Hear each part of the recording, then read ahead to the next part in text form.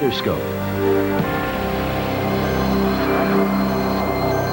Hey, good afternoon. Back east, Bill Keneally here alongside Lisa Moser. And Lisa, I tell you what, pick your poison, be it the rain and wind battering the Boston, New York area, the heavy, crippling wet snow inland, the Berkshires and the Poconos and the Catskills, and then the California event, which is thankfully starting to wind down. Oh yeah, well, it looks like they are going to see a little bit of a drying spell, not as long as we had hoped.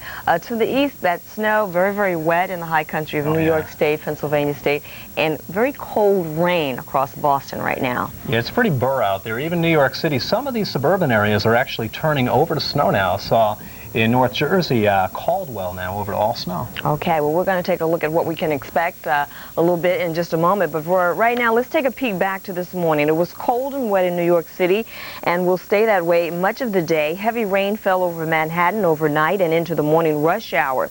But that didn't seem to faze the endless stream of cars and people. Well, hey, it is the Big Apple. And if you're going out this afternoon, be sure to bundle up. The wind chill can cut the 40-degree temperature in half. Okay, well, we are looking at still some problems along the eastern seaboard, even though our northeaster is moving away from the northeast. We have a heavy surf advisory still in effect from the Norfolk, Virginia area up to the Delaware area. And also we have gale and storm warnings that have been posted across the North Carolina coastal vicinity, across Norfolk, Virginia, across the Jersey Shore, Long Island, and Cape Cod. Here, winds gusting around 30 to 40 miles per hour, and a gale warning has been posted. We're looking at storm warnings all the way from the coastal Maine area south to the north, and this means that winds here have been over 55 miles per hour. We are also looking at some problems with some flooding. We have a northeasterly wind coming in.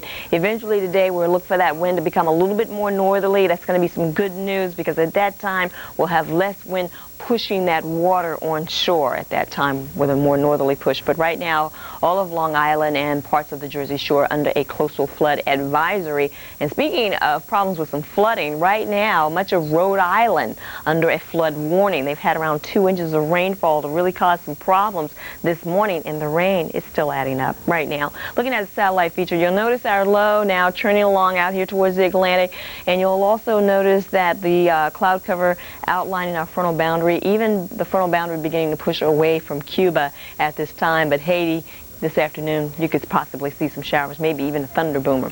We are looking at some colder air working in behind this system, and in the hill country, the Poconos, the Adirondacks, as Bill was mentioning, lots of snow here, over 10 inches on the ground. It's wet snow. Now, a little bit closer to the Atlantic, it's just heavy, heavy rain. But if you're going up anywhere from Birmingham all the way up to Burlington, you can expect snow and several inches more to accumulate as we head into the afternoon hours. Now, a lot of it along the extreme eastern part of Pennsylvania and New York is rain, but sometimes you may see a mix of rain and snow. To the south of Caribou, you may see a mix of rain and snow. Some of this will be changing over to rain a little bit later on today. Okay, let's take a look at the forecast for the snow throughout midnight. We're talking about maybe 3 to 6 inches in and around the western parts of Massachusetts.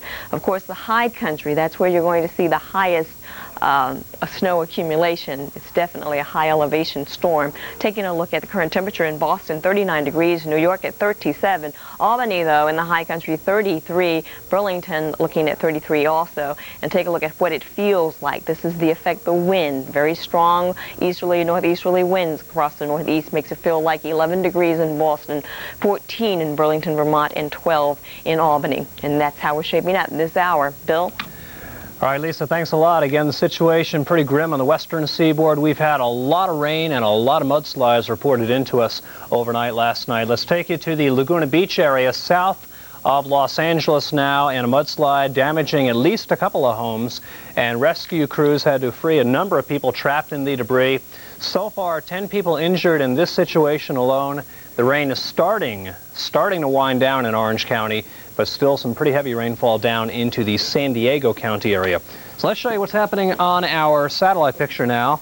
Then we'll roll into our forecast, and first up, we will see the clouds are on the move, and they are definitely making some headway. So once you get above Los Angeles, things are in better shape today. The bad news is the roadways are shut, and it looks like they will be shut indefinitely.